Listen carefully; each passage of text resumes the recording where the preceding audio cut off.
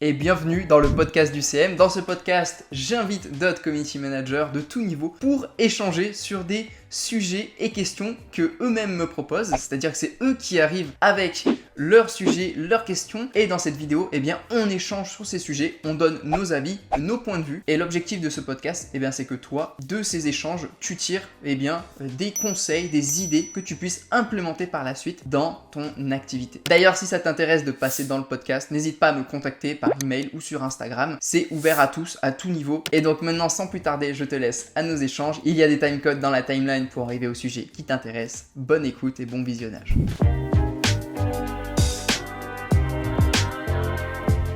Ok Cyriane, écoute, pour commencer la vidéo, je te propose de commencer par te présenter rapidement, mettre un peu en contexte, puis ensuite on enchaînera sur les questions et les sujets qu'on va aborder dans cette vidéo. Ok, donc du coup, je m'appelle Cyriane, je suis community manager et photographe.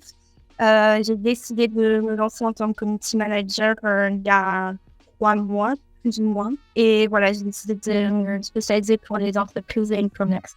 Ok, super. Est-ce que du coup, maintenant, tu peux me dire par quel sujet ou quelle question est-ce qu'on commence cette vidéo par rapport à ce que tu voulais qu'on aborde? Oui, j'aimerais bien que tu me dises, toi, ce que tu penses. C'est quoi, selon toi, la meilleure niche en 2023 pour les community managers?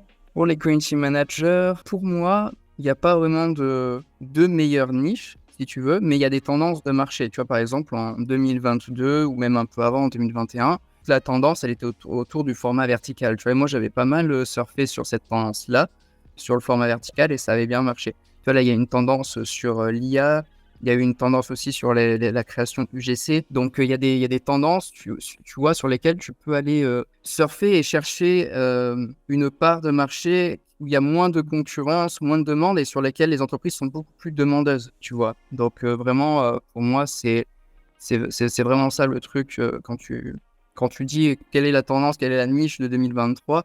C'est vraiment quelle a été la nouveauté que les entreprises sont allées chercher et sur lesquelles il n'y a pas encore énormément de monde, quoi, si tu veux. L'UGC, tu penses aussi que c'est une tendance ou tu penses que ça va durer quand même assez longtemps? Quand je dis tendance, c'est pas en mode c'est un truc et puis ça va partir, ça va s'arrêter.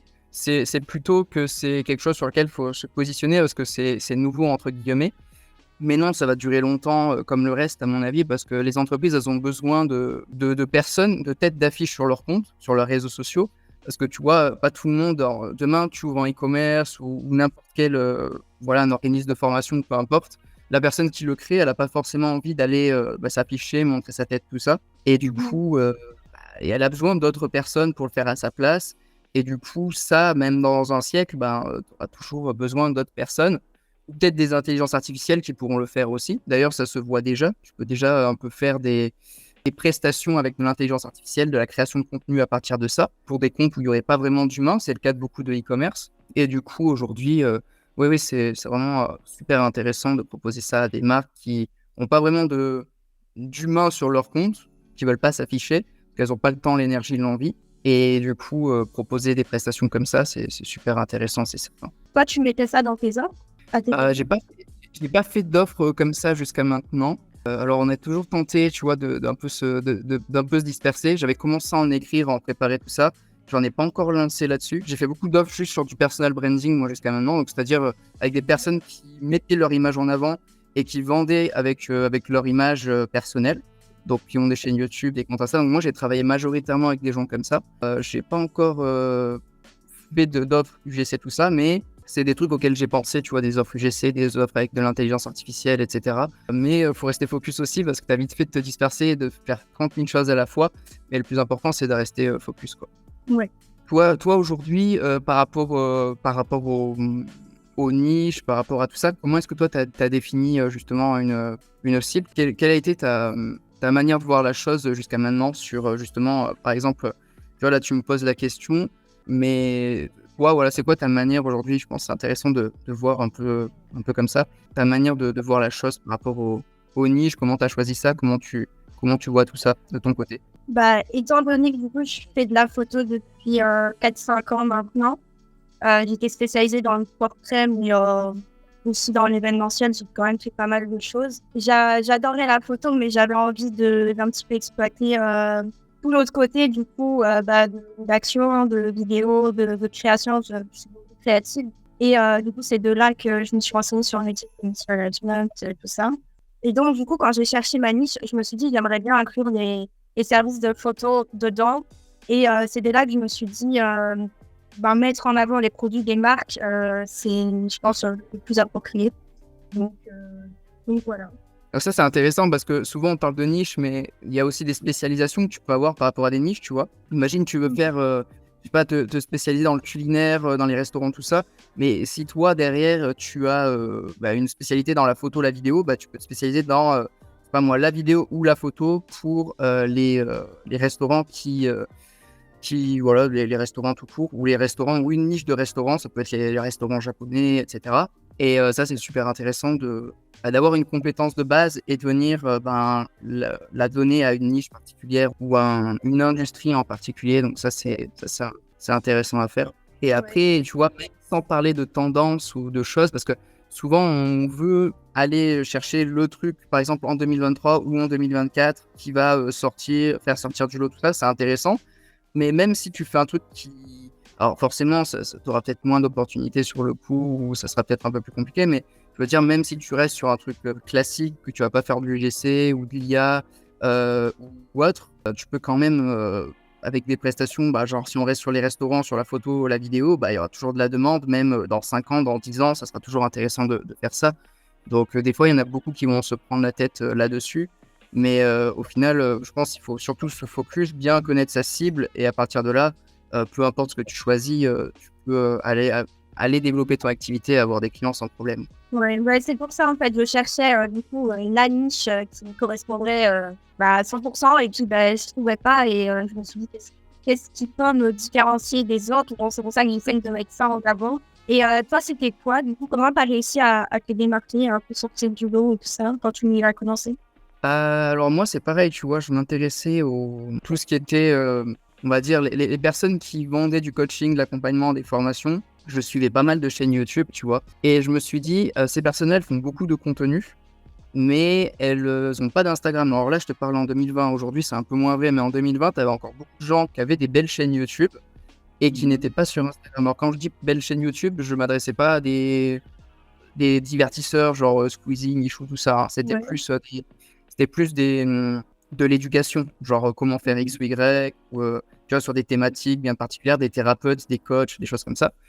Et il y en avait encore beaucoup qui n'avaient pas de compte Instagram, voilà, qui développaient pas ça. Et moi, je les contactais et je leur disais, écoute, tu fais plein de contenu, super contenu et tout. Moi, ce que je peux te proposer, c'est que moi, j'ai pas besoin que tu me donnes de sujets particuliers, de trucs. Je serai autonome sur la création de contenu parce que je vais réutiliser tout ce que tu as mis sur ta chaîne YouTube, et il y en avait même qui avaient des blogs, tout ça. Et à partir de ça, moi, je vais créer des carousels, des vidéos. À l'époque, il n'y avait pas trop les Reels, c'était plus IGTV, c'était encore les vidéos classiques sur Instagram. Et donc voilà, je me suis pas mal positionné là-dessus, ça a bien marché. Et ensuite, 2021, 2022, enfin surtout 2022, j'ai commencé à faire du TikTok avec ces clients-là, à leur dire, tiens, on est sur Instagram, on fait des vidéos, t'as plein de vidéos YouTube, je pense TikTok, il y a un truc à faire. Et j'ai commencé, en plus d'Instagram, à leur proposer du TikTok. On a mis pas mal de vidéos sur TikTok, ça a très très bien marché pour certains. Et du coup, j'ai commencé à proposer ça après que ça, tu vois, depuis 2022. À vraiment contacter des gens, leur dire t'as une chaîne YouTube, ça prend du temps de faire du contenu par toi-même, et du coup maintenant on va pouvoir réutiliser ton format vertical, ajouter des sous-titres, optimiser, mettre sur TikTok et sur tous tes autres réseaux sociaux. Et j'ai vraiment surfé sur cette vague-là du format vertical, ça avait super bien marché, j'avais fait rentrer des clients assez vite parce que j'étais rentré au bon moment sur une demande de marché, mais j'avais pas non plus lâché mon ancienne cible, en fait c'était juste le prolongement de ce que je faisais déjà avec l'ancienne cible. Donc en fait souvent, quand tu vas chercher à choisir ta cible, tout ça, soit en effet au début tu sais pas du tout, et là tu peux faire des tests, tu peux voir avec quoi tu as des affinités. Parce que des fois ça peut prendre la tête, tu sais pas trop, donc tu peux faire des tests, tout ça. Soit faut prendre quelque chose, voilà, comme toi tu es dans la photo, donc tu vas chercher des entreprises sur lesquelles tu vas pouvoir faire de la photo, mettre en avant, et sur lesquelles tu vas avoir une plus-value. Et moi c'était parce que je connaissais déjà bien cette industrie-là, je connaissais voilà, comment ça fonctionnait, je savais déjà utiliser un peu tous les outils, tout ça. Et je parlais leur langage également, tu vois.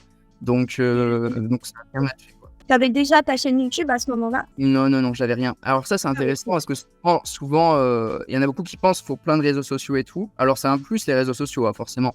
Mais moi, quand j'ai commencé, j'avais rien du tout.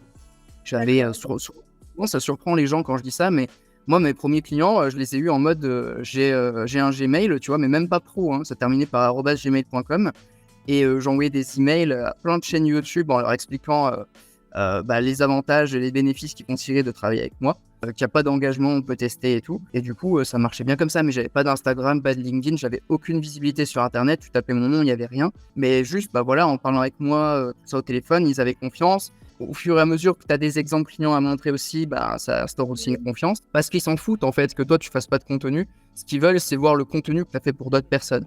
Donc ça, c'est compliqué pour le premier client, mais à partir du premier, après, c'est beaucoup plus simple, tu vois. Mais même pour les premiers, il n'y a aucun souci, tu vois, tu peux arriver à quand même leur donner confiance, tu vois, si tu connais bien de quoi tu parles, tout ça. Et du coup, voilà, moi, j'ai fait ça comme ça au début. Et donc après, voilà, tu peux créer après tes réseaux sociaux, tes trucs et tout. Mais au début, moi, je voulais trouver rapidement des clients en premier avant de commencer à créer du contenu, tu vois. Ça va un peu à ce que beaucoup vont te dire, mais moi, c'est comme ça que j'ai fait pour justement avoir des clients. Tu mettais quand même un portfolio ou quoi dans ton mail ou pas du tout? T'expliquais juste. Non. Je donnais des exemples clients s'ils me le demandaient. Tu vois, je leur disais, je peux t'envoyer tout ça. Ou alors au téléphone, quand je vendais, je leur montrais avec qui j'avais travaillé. Mais je le mettais jamais dans le mail en premier. Je mettais toujours après. Quand ils montrent un signe d'intérêt, t'es passé un petit peu au bon moment, quoi. T'as eu la bonne idée. En fait, voilà. Et là, l'équivalent de ça aujourd'hui, ça peut être par exemple sur l'IA, ça peut être sur la création UGC. Il y a eu toute la vague crypto-monnaie, NFT, métaverse également, où il y avait un bon truc à prendre aussi. Même actuellement, hein, c'est une bonne niche. Hein. Il y a peu de CM spécialisés crypto-monnaie, NFT, métaverse, tout ce truc-là. C'est assez compliqué quand même. Ouais, c'est pour ça. En fait, plus tu as de barrières à l'entrée, plus en fait, tu seras seul, en fait, si tu veux. Plus le truc va être compliqué à aborder, à comprendre, plus justement aussi... C'est pour ça qu'il y a un truc à apprendre aussi, parce qu'il y en a beaucoup qui vont dire c'est compliqué tout ça. Mais si tu comprends bien comment faire, tu peux arriver à faire une super offre autour de ça et à te démarquer justement. Parce que c'est vrai que les CM, souvent, il y en a beaucoup qui vont avoir tendance à cibler les commerces de proximité ou un peu les mêmes entreprises, tu vois. Donc tu peux te retrouver à très vite cibler les mêmes choses qu'un peu tout le monde. Mais il y a des types d'entreprises auxquelles personne pense. Et que tu peux être tout seul et forcément c'est plus facile, quoi. Ouais. J'ai une question qui me vient. Comment tu ferais comprendre à une entreprise qu'elle a besoin d'un CM si l'entreprise existe déjà depuis plusieurs années, ça fonctionne très bien, mais ils n'ont aucune présence en ligne ou alors peu soignée, quoi. Ok. Alors déjà, si tu as besoin de leur faire comprendre, c'est qu'ils n'ont pas un niveau de conscience très élevé, donc ça va être plus compliqué de leur vendre. C'est-à-dire que là, le type de client pour lesquels ça va être le plus facile de vendre, c'est les clients sur lesquels tu vas avoir un niveau de conscience déjà élevé. Quand on dit un niveau de conscience élevé, c'est la conscience du besoin. C'est pour ça que moi, quand j'ai commencé à travailler avec des chaînes YouTube, des gens qui avaient déjà créé leurs réseaux sociaux mais qui n'étaient pas à fond dessus, c'était facile de vendre entre guillemets parce qu'ils avaient déjà un niveau de conscience élevé en mode il faut que je sois là, j'en ai besoin. Une entreprise qui est pas sur les réseaux sociaux, qui est pas trop active, ou c'est plus compliqué de vendre parce que le truc c'est que, ou même des fois ils en ont même pas créé. Là c'est plus compliqué de vendre parce que y en a, ils ont même pas le niveau de conscience, donc tu as une barrière supplémentaire à aller chercher, tu vois. C'est plus compliqué. Plus le niveau de conscience par rapport aux besoins des réseaux sociaux est bas, plus ça va être compliqué, tu vois. Donc ces entreprises-là, c'est plus dur. Donc des fois, ça vaut pas trop le coup. Enfin, ça dépend le contexte qu'il y a autour, mais généralement, quand elles sont quand même bien développées, elles ont compris qu'il y avait besoin des réseaux sociaux. C'est assez rare des entreprises aujourd'hui bien développées qui ont du budget, mais qui sont pas du tout sur les réseaux. Il y en a encore, hein, mais c'est de plus en plus rare. Et généralement, celles qui y sont pas, on leur a déjà parlé des réseaux sociaux, mais elles sont en mode j'ai pas besoin de ça, ou ça m'intéresse pas. Donc, si tu veux vraiment arriver à leur vendre, faut faire un travail supplémentaire pour leur faire comprendre que leurs concurrents vont les utiliser, donc ils vont leur passer devant. Donc tu utilises un peu de la peur. Tu peux leur montrer les bénéfices. Vous allez pouvoir peut-être doubler votre chiffre d'affaires ou multiplier parce que y a telle entreprise dans votre secteur qui l'a déjà fait. en mettant cette stratégie en place. Donc, tu vas devoir faire un travail supplémentaire de montrer les désavantages de ne pas le faire et les avantages de le faire, tu vois. Parce qu'ils n'ont pas conscience eux-mêmes. Donc, tu fais ce travail supplémentaire. Donc, c'est plus compliqué forcément, quoi. Ouais, ok. Et est-ce que toi, tu étais sur LinkedIn quand tu as commencé? Non, j'étais vraiment sur rien du tout. Quand j'ai commencé, j'avais vraiment rien du tout. Non. D'accord. Mais par contre, je conseille aux gens de se mettre sur les réseaux sociaux, de créer un LinkedIn, Instagram et tout. Hein. Je dis juste que tu n'as pas besoin de ça pour avoir des clients pour commencer.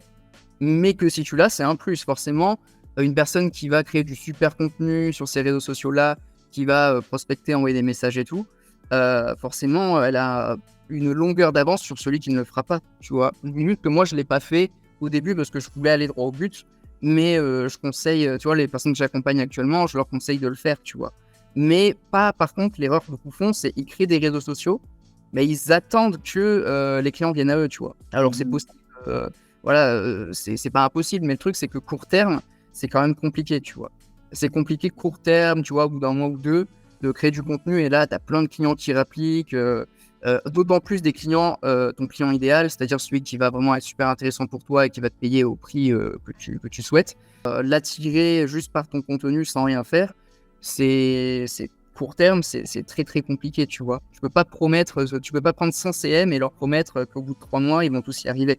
Tu vois, c'est assez compliqué. Donc à côté de ça, en fait, tu vas te servir de tes réseaux sociaux comme une vitrine pour justement aller prospecter et chercher des clients via ces réseaux sociaux-là, tu vois, que ce soit via de l'emailing, via des messages, que ce soit même sur des événements de networking, tu vois, en physique ou en ligne, soit des appels téléphoniques, enfin bref, au début, à court terme, il faut aller chercher les clients quand même, sinon c'est compliqué de les faire venir juste comme ça. Et j'avais vu la notification de ta nouvelle vidéo, le meilleur réseau social pour prospecter. Et tout s'était barré, mais j'ai pas regardé. Mais du coup, je suppose que tu disais qu'il n'y en avait pas un qui était mieux que l'autre. Et Alors, c'est la dernière vidéo, c'est ça? C'est la dernière vidéo où on fait cette vidéo. Non, c'était pas le meilleur réseau social pour prospecter. Donc, je parlais, c'était le meilleur réseau social pour trouver des clients sans prospecter, justement. Et je parlais de YouTube dans cette vidéo-là. Parce que d'accord. justement, pourquoi YouTube? Parce que ce que j'explique, c'est que YouTube, en fait, quand tu tapes Community Manager sur Instagram, tu en as une tonne. Tu as dû remarquer, tu tapes Community Manager, tu en as une tonne. Ils s'entassent tous sur Instagram. Dans le tas, tu en as un tout petit pourcentage qui arrive à trouver des clients. Mais généralement, voilà, tu vois, en plus, le contenu est globalement bon. Hein. Quand tu regardes, ils ont des jolis comptes, une belle identité visuelle, ils travaillent leur contenu et tout. Mais le truc, c'est que le problème d'Instagram, c'est que tu vas faire du contenu, mais tu sais pas en fait combien de temps il va être visible et généralement, c'est pas longtemps. Tu vois, donc tout le temps au début que tu vas investir, et des fois, ça va être compliqué de capitaliser dessus. Alors que YouTube, ce qui est intéressant, c'est que tu vas créer une vidéo. Par exemple, cette vidéo-là qu'on fait, dans 3 ans, 4 ans, 5 ans, elle pourra toujours être recommandée, référencée sur des mots-clés, des choses comme ça. Alors qu'Instagram, ton contenu, il n'existe plus, tu vois, ne serait-ce que dans un an. Donc, c'est ça l'avantage de YouTube que j'aime beaucoup. C'est que tu vas faire le travail une fois et ça capitalise pendant des années pour toi. Tu vois, ça te sert pendant des années, ça peut t'amener des clients. Et tu fais ne serait-ce qu'une vidéo sur un an, tu as 52 vidéos positionnées sur des mots-clés bien précis pour ta cible. Et là, franchement, je trouve que c'est super intéressant. Et tu n'as pas de concurrent, c'est-à-dire qu'il n'y a aucun community manager qui fait la promotion de son activité pour de la prestation de service sur YouTube. Tu vois, la plupart, ils vendent de l'accompagnement, des formations, tout ça, mais des prestations de service, tu n'en as pas ou très peu. Et ça, c'est super intéressant. YouTube, quoi. Et c'est pareil pour le blog. Hein, quand je dis YouTube, le blog, il y a peut-être plus de concurrents community manager, mais YouTube, il n'y a vraiment personne. Mais dans les deux cas, tu travailles sur du référencement très long terme et ça, c'est super intéressant. Mais je pense qu'il y a peu de gens qui se mettent dessus parce que quand tu te lances sur Instagram, ça va vite, entre guillemets, de créer du contenu et d'avoir déjà 3-4 posts sur ton profil. Tandis que sur YouTube, pour que les gens s'abonnent ou s'attachent un petit peu à ton contenu, il faut déjà qu'il y ait 2-3 vidéos sur ta chaîne. Les gens s'abonnent rarement quand il y a une vidéo sur la chaîne YouTube. Et donc forcément, ça prend plus de temps. Donc je pense que ça, comment dire, tu vois, ça bloque un petit peu le passage à YouTube. Alors, généralement, YouTube, à part que tu fasses une vidéo dès le début qui buzz très bien, ce qui sera rarement le cas pour un community manager, si tu t'adresses à une cible bien précise et tout. Le truc, c'est que sur YouTube, le temps que les gens te découvrent, tu auras déjà fait plusieurs vidéos sur ta chaîne, tu vois. Par exemple, tu vas faire une vidéo là, mais vu que tu n'as pas d'abonnement et vu que c'est quelque chose de très spécifique, tu auras, tu vois, de toute façon, le temps que cette vidéo-là soit bien référencée, commence à être poussée et tout, tu auras déjà fait d'autres vidéos. Et c'est pas plus compliqué dans le sens où tu peux très bien faire des vidéos comme j'explique, tu sais, avec des slides Canva. Tu prends des slides Canva et tu les mets, tu parles derrière. Tu vois, moi, mes vidéos les plus vues sur ma chaîne YouTube, c'est des vidéos slides comme ça. Donc je pense, tu vois, tous les community managers, ils peuvent faire ça. Et des fois, pour toucher une cible vraiment bien précise, ça peut être encore plus efficace, tu vois, parce que des fois, c'est pas évident sur Instagram pour aller toucher certaines cibles, quoi, tu vois. Est-ce que toi, tu as déjà eu des demandes de clients depuis des gens qui t'ont reporté sur YouTube? Alors moi, cette chaîne YouTube-là, c'est vraiment que pour les community managers. Donc oui, je l'ai eu via cette chaîne YouTube des clients, mais en accompagnement pour devenir community manager. Mais je n'ai pas créé de chaîne YouTube pour mes autres activités de prestation de services. C'est prévu là pour fin 2023 que je fasse ça pour une activité de prestation de services. Mais avant de faire ça, ouais, il faut vraiment bien avoir défini qui tu veux cibler, qui tu vas aller chercher et tout. Et j'ai pas encore créé de chaîne YouTube pour ça. Et c'est pour ça que je trouve que c'est intéressant parce qu'il y en a très très peu des CM qui font du contenu pour de la presta, quoi. Je me demandais, est-ce que tu penses que actuellement c'est nécessaire pour une personne qui veut se lancer en tant que community manager de prendre une formation ou de faire des études, étant donné tout le contenu gratuit qu'il y a déjà sur Internet? Très bonne question. Alors déjà, il y a deux choses par rapport aux études et aux formations. C'est est-ce que tu veux être freelance ou est-ce que tu veux être employé? Parce que c'est deux choses différentes. C'est-à-dire que quand tu veux être employé, c'est employé.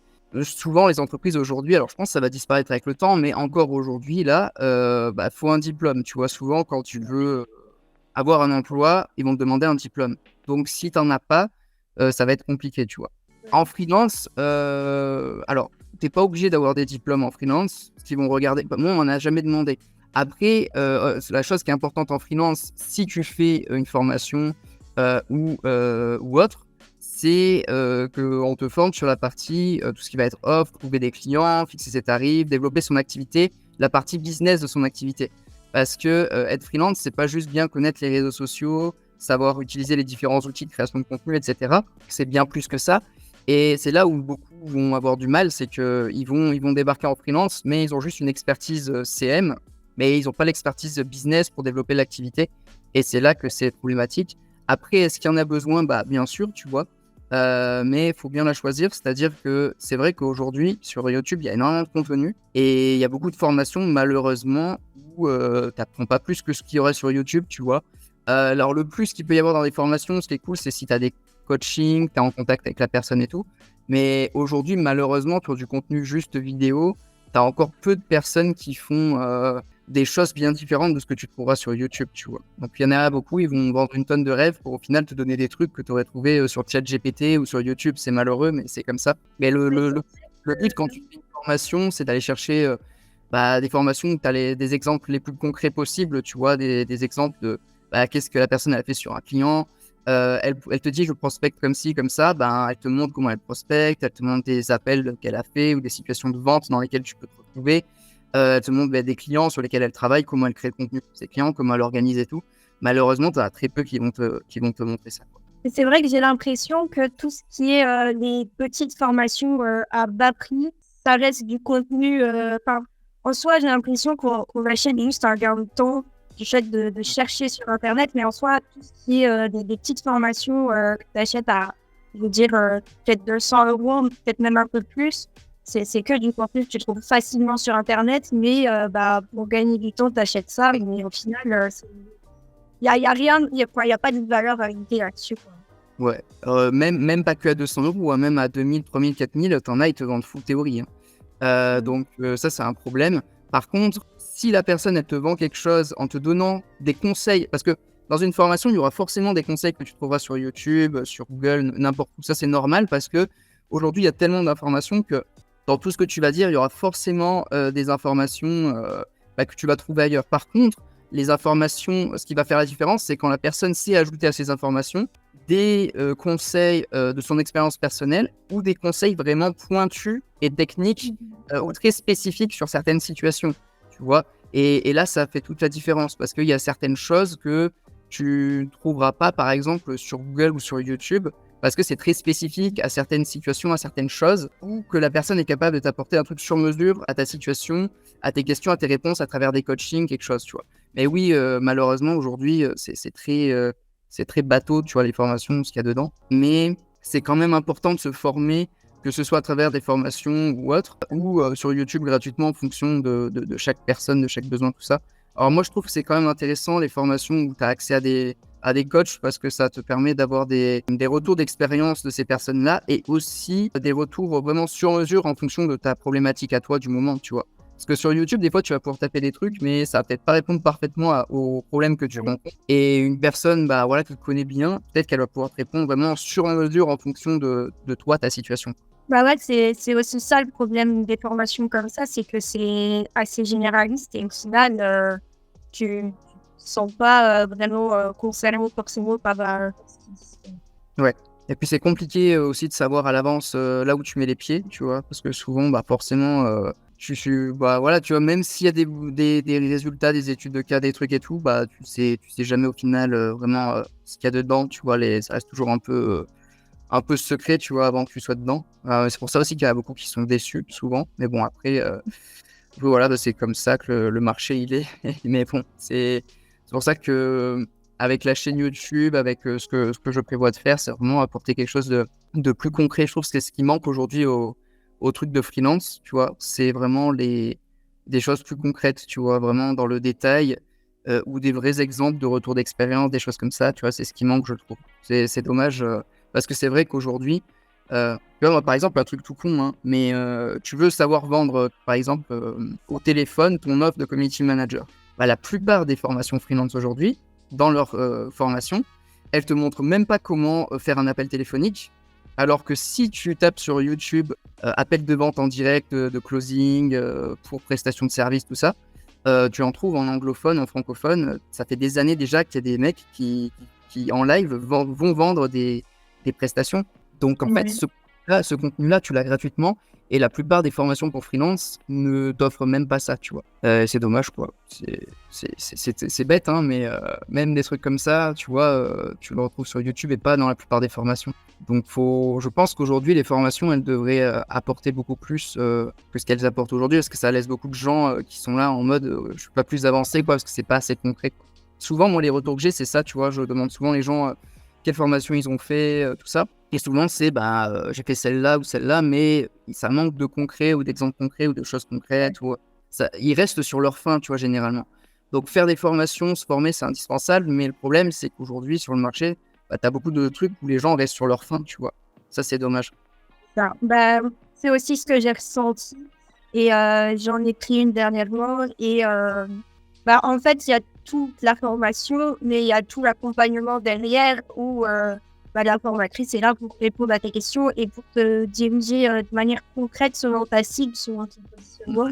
Donc, je trouve que même si le contenu s'adresse à une grosse cible pour les vidéos, je parle par exemple de la formation, s'il y a un bon suivi derrière, ça va, mais le problème, c'est qu'il y a beaucoup de formations où bah, c'est du contenu généraliste et après, on plane dans la nature et au final, bah, t'as rien, quoi. C'est ça, c'est totalement ça. Mais je pense qu'avec le temps, le marché de la formation, il va évoluer. Tu vois, il y aura une sélection naturelle et les exigences vont augmenter, tu vois. Et ceux qui ne seront pas capables de les suivre, de toute façon, bah, ça dégagera petit à petit, quoi. Tu vois, moi, ça fait depuis 2017 que je m'intéresse un peu à cette industrie-là. Et ça a déjà beaucoup évolué. Tu vois, moi, aujourd'hui, tu as beaucoup de formations avec du coaching, de groupe, des visios et tout chaque semaine. En 2017-2018, tu avais quasiment personne qui faisait ça, du moins sur le marché francophone, tu vois. Sur le marché francophone, tu avais quasiment personne qui proposait ça, et aujourd'hui, tu as déjà beaucoup plus de monde. Donc, ça évolue petit à petit, et les exigences aussi, tu vois. Et de plus en plus de personnes veulent du personnalisé de toute façon, tu vois. Donc, ça va évoluer avec le temps et s'améliorer, quoi. Mais pour répondre à ta question de base, oui, il vaut mieux, tu vois. Après, il y a des personnes, des fois, bah, elles n'ont pas les moyens, tu vois, d'aller acheter des grosses formations, tout ça. Et avec ce qu'il y a sur YouTube, tu peux déjà bien te former et comprendre, tu vois. Notamment si tu comprends l'anglais ou tu vas sur des chaînes anglophones et tu mets les sous-titres en français, franchement, tu as déjà de quoi bien te former. Après, tu n'auras peut-être pas des fois les réponses ou l'accompagnement, le suivi sur mesure que tu pourrais avoir avec une personne en réel, mais déjà, tu peux déjà bien avancé au niveau de tes connaissances et compétences. Ouais, c'est bien que c'est aussi. Super. Question, sujet suivant si tu en avais. Moi, je vois beaucoup de pubs où ça va être du genre, tu veux faire de l'argent en travaillant 2 heures avec ton téléphone. Ou alors des trucs sur TikTok, ça surtout, c'est et si tu t'étais payé pour faire ce que tu fais déjà, tu vois. Comme si ça sous-entendait que community manager, c'était juste poster du contenu lambda que tu postes naturellement. Tu vois ce que je veux dire. Je trouve que c'est assez Ouais, je vois. banalisé d'écrire. Parce que du coup, le Yes, ouais, problème, je c'est vois que ça, totalement. Bah, en fait, pardon, ça va sous-entendre que tout le monde peut faire ça, alors que oui, mais non. Quelqu'un qui n'a jamais été sur les réseaux sociaux et tout ça va pas apprendre comme ça du jour au lendemain à maîtriser tout, à apprendre à faire de la création de contenu, les bases du montage vidéo et tout ça. C'est pas possible comme ça, surtout. Enfin, je sais pas si tu vois ce que je veux dire, mais je pense que les formations là, ouais, je vois totalement ce que tu veux dire, mais en fait, le truc, c'est que quand tu fais le marketing de tes formations, bah, tu es obligé un peu de faire ça, dans le sens où les gens, ce qu'ils veulent, c'est malheureux, mais en fait, tu t'adaptes à la psychologie de ta cible, et ce que les gens veulent, c'est un résultat facilement et rapidement, tu vois. Si tu débarques en leur disant que ça va être beaucoup de travail, que ça va prendre toute leur journée, et que ça va être compliqué, surtout au début, bah en fait, ils vont pas venir acheter, tu vois. Donc, tu es obligé d'enjoliver un peu le truc, travailler avec ton téléphone, de là où tu veux, dans le monde. Et en fait, les gens, ils vont acheter un résultat comme ça, tu vois, se visualiser à Bali sur la plage, à faire du CM sur leur ordi portable pendant 1 heure ou 2. Et après, ils ont fini leur journée et ils vont se baigner ou quoi. Ce qui en soi peut être une réalité, hein, une fois que tu as ton activité en place, tu vois. Mais au début, évidemment que ça se passe pas comme ça. Mais en fait, tu vas vendre un résultat final, tu vois. Et souvent, la personne qui vend la formation va elle-même montrer ce style de vie et faire rêver un peu, tu vois. Et c'est ce qui marche de toute façon. Donc, après, si la formation, elle tient la route derrière, il n'y a pas de problème, tu vois. Le problème, c'est si tu vends ça et que la formation est pourrie derrière, c'est plus compliqué, quoi. Mais force est de constater que oui, aujourd'hui, c'est très vendeur de faire ça. C'est plus vendeur de montrer un lifestyle et des résultats et dire à son audience, bah, c'est pas si compliqué que ça, plutôt que de juste donner du conseil, de la valeur et de te montrer en train de pousser, quoi, tu vois. Même si c'est plus réaliste et que ça apporte plus, au final, c'est pas ce qui marche le mieux. Et moi, le premier, tu vois, parmi les premières formations que j'ai achetées, des fois, j'étais plus attiré par juste le résultat du mec qui voyage, qui a un super style de vie, plutôt que par me soucier du chemin pour aller jusqu'à ce résultat-là.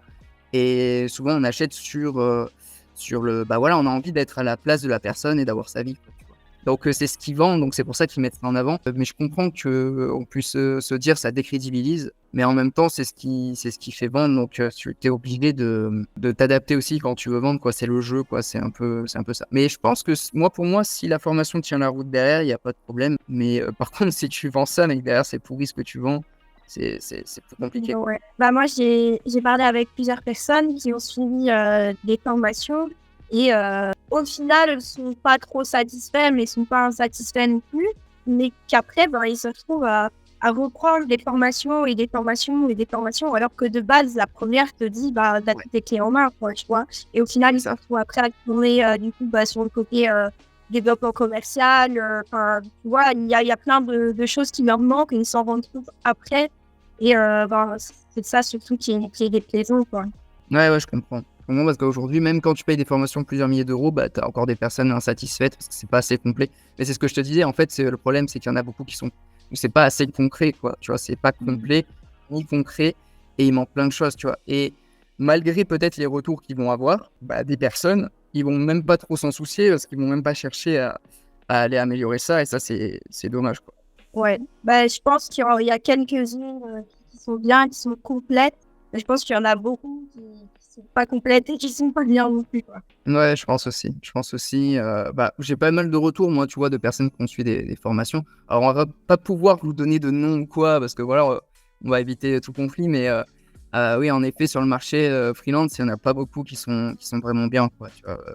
Tu vois, enfin, voilà, des fois, tu entends des trucs, quand tu entends le prix de la formation et ce qu'il y a dedans, et qu'on te raconte ce qu'il y a dedans, tu es un peu choqué. Mais bon, écoute, c'est comme ça. D'autant plus quand tu as un marketing en mode où tu te vends beaucoup de rêves, quoi. Mais bon, écoute, c'est comme ça. Mais je pense que ça va éduquer, c'est pas plus mal dans un sens, parce que ça va éduquer et sophistiquer encore plus le marché. Parce que quand tu as beaucoup de personnes qui sont pas satisfaites, bah, elles vont encore plus derrière être exigeantes sur les autres formations.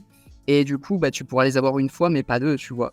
Et du coup, le truc, c'est que tu seras obligé au fur et à mesure, ben, vraiment montrer des choses de plus en plus concrètes, des choses de plus en plus pointues, et vraiment accompagner les personnes, tu vois, et ça fera un tri, tu vois, naturellement, dans les personnes très sérieuses et celles qui ne le sont pas, en fait. Oui, c'est sûr. Je pense qu'à l'avenir, les gens, ils ont déjà été déçus une fois, font plus attention. Mais je pense qu'il y aura toujours des gens qui vont arriver et qui n'ont pas encore été déçus et qui continueront d'acheter les produits. Quoi. C'est un peu un cercle sans fin.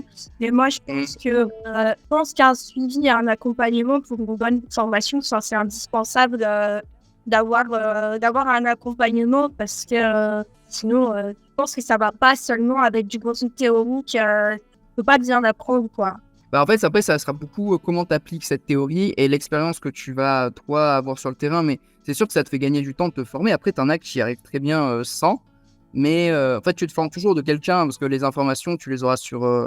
Toujours, tu les tireras toujours de quelque chose. Tu vois, tu n'apprends jamais seul. Vraiment, tu as toujours des vidéos, des choses comme ça. Surtout à l'ère de la création de contenu où on est. Mais le truc, c'est que y a des personnes sans. T'en as, elles vont être aussi plus débrouillardes que d'autres. Des choses comme ça, tu vois. Donc. Ça va vraiment dépendre de chaque profil si tu veux, mais oui, c'est toujours un plus qui te fait gagner beaucoup de temps, quoi. Ouais. Bon, bah, sur les formations, je pense qu'on a fait le tour, c'est top. Attends, je regarde ce que tu m'avais envoyé. Est-ce que c'est vraiment important d'avoir une liste email, tu me demandais? T'as créé une liste email toi aujourd'hui par rapport à ta activité Non, et t'as mais hésité j'entends partout qu'il faut ça, puisque si les réseaux sociaux disparaissent, c'est la seule chose qu'on a, etc. Et du coup, moi, il me dit, est-ce que c'est vraiment bien, surtout quand on a une petite communauté et tout ça, est-ce que ça vaut la peine, quand on démarre, de mettre de l'énergie dans ça, pour développer ça, alors que on est en train de développer notre activité. Pour moi, ce que je me dis. Je vois. Alors au tout début, moi c'est pas le premier truc que je ferais faire. Dans un contexte prestation de service où tu n'auras pas besoin de non plus 30 millions de clients. En fait, une liste email, là où ça peut, où c'est cool, c'est aussi quand alors pas seulement là, mais tu vois, ceux qui ont des listes email, souvent ils vont vendre des produits sans limite de clients, on va dire, tu vois. Donc ils vont vendre des produits digitaux, du e-commerce, des choses comme ça, ou autres. Hein, voilà, là c'est juste deux exemples, hein, mais et en prestation de service, surtout quand tu as un freelance qui est seul, tu n'as pas besoin de 30 millions de clients. C'est-à-dire, tu as déjà 3-4 clients à gérer seul qui te permettent de vivre. Tu vas pas pouvoir en accueillir plus si tu fais des prestations très complètes. Tu vois, moi, je sais qu'à 5 clients, c'était déjà compliqué seul, tu vois, en 2020. Donc, le truc, c'est que ta liste email, elle va te servir à avoir des clients. Et si tu vends juste de la prestation de service, au final, tu vas pas accueillir plus de clients, tu vois. Là, c'est la vision, hein, vraiment liste email pour avoir plus de clients et vendre plus. Donc, tu peux avoir cette liste email pour vendre peut-être des formations Instagram ou des accompagnements de coaching si tu as encore de la place, tout ça. Et par contre, si tu veux vendre de la prestation de service, tu n'as pas besoin d'une liste email, tu vois. Alors après, ça dépend ce qu'on appelle liste email, tu vois. Si c'est en mode une liste email que tu as créée à partir d'un bonus que tu proposais sur tes réseaux sociaux, et puis derrière, tu as cette liste email-là, tu peux y envoyer des newsletters, ou tu leur envoies des exemples de clients que tu as eu, tout ça. Bon, pour moi, je trouve que c'est bien, mais ça dépend jusqu'où tu veux pousser ton activité. C'est-à-dire, si tu te mets dans des conditions où par la suite tu délègues, où tu n'as plus vraiment de limite de clients, c'est bien quand même d'avoir une liste email de prospects, voilà, qui viennent de ta chaîne YouTube, ton compte Instagram.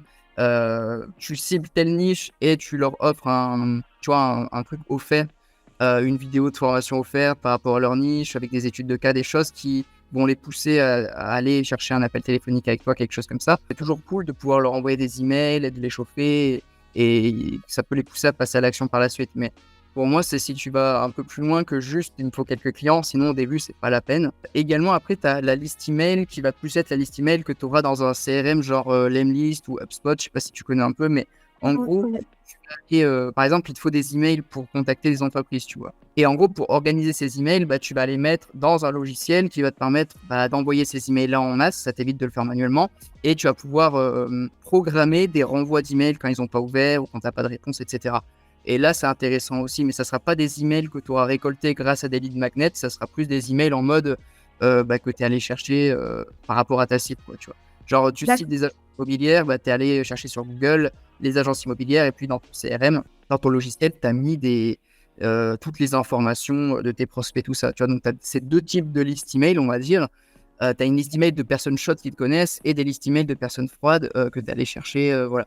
Et dans les deux cas, c'est utile, mais dans le premier cas, ça dépend jusqu'où tu veux pousser l'activité, mais c'est intéressant quand même. Et dans le deuxième cas, c'est intéressant au début si tu prospectes beaucoup par email et surtout si tu veux être bien organisé, quoi, tu vois. Mais moi, au début, je faisais même pas ça. Au final, c'était un peu plus freestyle, mais ça n'empêche pas de trouver des clients aussi. Mais c'est vrai que c'est intéressant, tu vois. Et surtout, si tu veux envoyer des emails rapidement aussi, tu vois. C'est-à-dire, tu as tes emails de cible et tu peux envoyer des emails de prospection ou autre assez rapidement à ces cibles-là, quoi.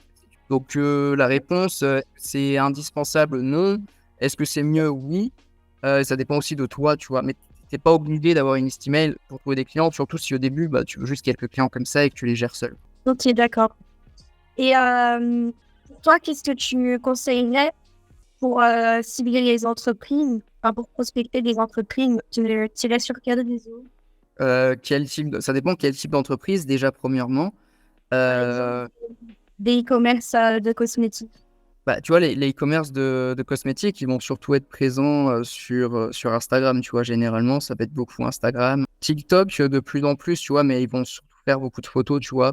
Et e-commerce de cosmétiques, tu vois, par exemple, de la création UGC, c'est super intéressant parce que pour des essais de cosmétiques, des choses comme ça, si tu veux faire des vidéos, il faut bien que quelqu'un se montre. Et du coup, c'est intéressant. Tu vois. Mais Instagram et email, tu vois. Instagram et email, de l'appel téléphonique ou du networking présentiel et tout. Enfin, ils n'ont pas de business physique ni numéro de téléphone généralement, donc tu peux enlever ces moyens de prospection-là. Tu peux aller dans des événements justement physiques où il y aurait cette cible-là, tu vois. Ou des événements en ligne, il y en a aussi. Mais après, ça va être surtout email et réseaux sociaux. Mais généralement, tous les business en ligne, c'est un peu la même chose, hein, finalement. Tu n'as pas 30 000 manières de prospecter de toute façon, hein. Donc, ça va souvent être la même chose. Après, ce qui fait la différence, c'est la manière dont tu vas les prospecter et leur donner envie de venir au téléphone avec toi pour leur vendre la chose. D'accord, ok. Mais est-ce que c'est mieux par mail ou sur un réseau où toi, tu as déjà mis ton propre contenu, tu vois? Les gens te voient directement plutôt qu'un truc un peu plus froid, mais plus pro, peut-être une approche plus professionnelle. Si sur tes réseaux sociaux, franchement, tu as un compte avec beaucoup d'autorité, où tu as du super contenu, vraiment qui marche bien et tout, forcément, c'est un avantage parce que quand tu vas leur envoyer un message et qu'ils vont voir ton compte, dans leur tête, tu auras une valeur perçue plus haute et ils vont peut-être te prendre plus au sérieux. Après, tu peux prospecter sur les réseaux sociaux avec un réseau social qui n'a pas trop d'abonnements, qui n'a pas trop de contenu et tout, et les gens te répondent aussi, hein, j'ai déjà vu ça et j'ai déjà fait. Mais forcément, plus tu as une autorité et tu as une forte valeur perçue dans la tête des gens, quand ils te voient, plus ils vont être amenés à te répondre, à te prendre au sérieux. Donc, en effet, si tu as un réseau social qui sert bien ton image, autant t'en servir. Ok, d'accord. Mais tu peux très bien faire les deux, hein. C'est-à-dire, tu peux envoyer des messages email, si tu n'as pas de réponse, tu envoies sur les réseaux sociaux, et tu peux tourner comme ça et faire un peu un cercle comme ça de prospection, de tous les moyens de prospection, quoi. Et toi, quand tu as commencé, tu prospectais que par mail au final?